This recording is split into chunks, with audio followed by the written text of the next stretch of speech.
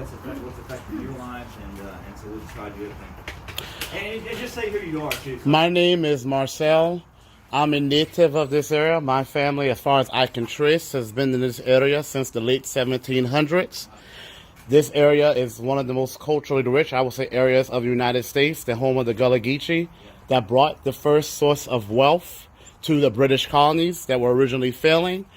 The irony is, the Gullah Geechee, my ancestors and the culture I descended from, they helped to bring the first source of wealth to the British colonies that were initially failing in this part due to the heat and the humidity and the climate and the terrain that they were not accustomed to. Yet their descendants are among the poorest in the country. So my question for you, Congressman Cunningham, what is your position on reparations for descendants of people who were enslaved in the United States of America? Because you see, what we have in this country, we want to do policies for this group, that group, that group. That's great. But whenever Black Americans ask for a policy specific to us, we then get, well, a rising tide lifts all boats.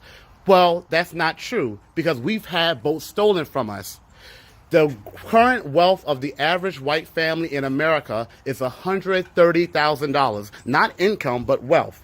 The current wealth of the average Black family in the United States is just $17,000. That's not because Black people didn't work hard. That's not because we made bad decisions. That's because of 400 years of unbelievable racial violence, discrimination, deprivation, from the violence of slavery, from families being torn apart, from the GI Bill for the veterans that are here that was passed that allowed veterans to get access to loans and homes and college tuition. Black people were denied that. When unions were passed, when America first started allowing unions, the two professions they excluded from unions was domestic work and agriculture. Those were the only professions Black people were allowed to have interest to. So they deliberately excluded Black people from that. The Homestead Act that gave at least 90% of the land in the Midwest to white Americans.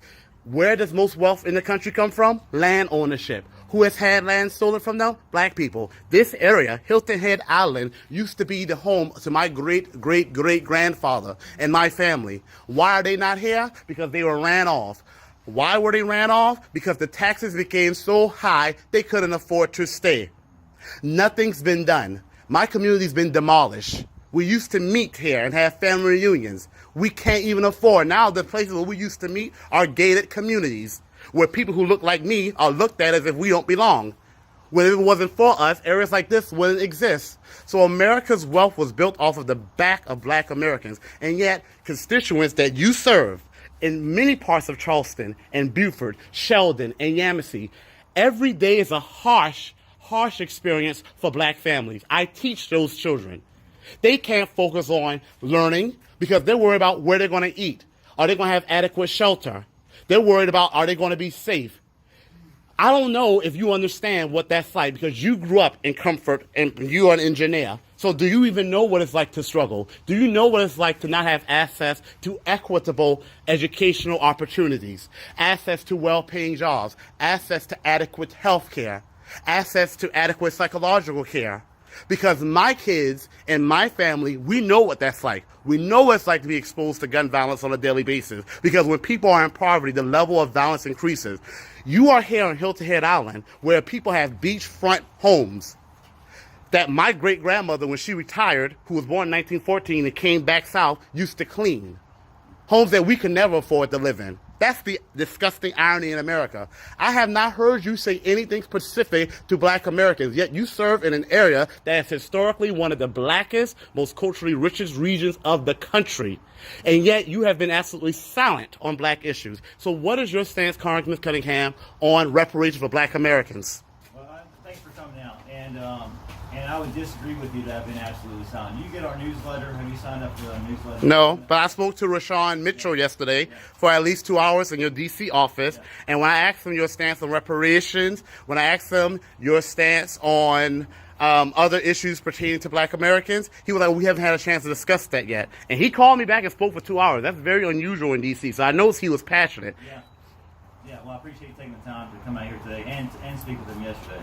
And I would encourage you to sign up for a newsletter, too, for anyone and everyone here. Hollis, can take down. She's in the back here. She can take down your email address. We send out a newsletter every single week to let people know on exactly everything that we're doing. And we've introduced a host of bills to encourage people to recognize the importance of the Gullah Geechee community. We actually had Queen Quet come up to D.C. to testify in front of one of our subcommittees. Saw her a few weeks ago. And that's tied to all of our work on preserving our coastline, our shorelines, and things like that. As far as the reparations, I don't know how something like that would be implemented. Wow. What we're looking at, we have a series of bills that we've targeted to basically lower the cost of prescription drugs and improve the services to people, especially in the African American community and the Gullah Geechee community. So, and I recognize, and you may disagree with that, but, strongly. And that's your right to do so. I was proud to introduce the Clay Act, which drives down the cost of generic drugs, especially for low-income individuals. We are doing some work with Congressman Jim Clyburn to preserve the Gullah Geechee corridor. As far as you mentioned gun safety and people feeling safe in their schools and churches. I was one of the co-sponsors of the H.R. 1112, which closed the Charleston loophole. We passed that out of the House. We also passed H.R. 8, which is for comprehensive background checks for people who want to purchase firearms. I think it's important that each and every one of us feel safe about whenever our children go to school or go to church or to the movie theater. And a lot of these things have broad bipartisan support. So you don't support reparations? I'm sorry, y'all. I'm gonna be because you don't support reparations. I know because America managed to oppress black people for 400 years. So when congressmen, when politicians say, "Well, I don't know how we'll do it," to me that's malarkey. America managed to keep a whole group of people enslaved. Then when we were freed and we were built successful communities, white racist people will burn them down. I mean, it happened here in this area. So America knows how to come up with specific policies for black people when they want to oppress us. America's done it for 400 years. So why can't America come up with policies to help us, black people? How was America able to come up with policies to hurt us with no problem? South Carolina holds the record of passing the most laws in a single day. Guess what was in 1940s? I'm sorry, let me just say this. We have a lot of people who've come out here today. I know our staff talked to you for 2 hours yesterday, and we're happy to continue talking. However, I want to get to as many questions as possible. If you have follow-up questions, our staff is happy to chat with you a little bit afterwards, but let's please be respectful. I will be, but I'm just saying, no one talks about black issues. I don't hear people talking about black issues. That's why I have to come out here. Because if people were doing it, I wouldn't have to be here. I don't even get involved in politics. I've never voted in my life.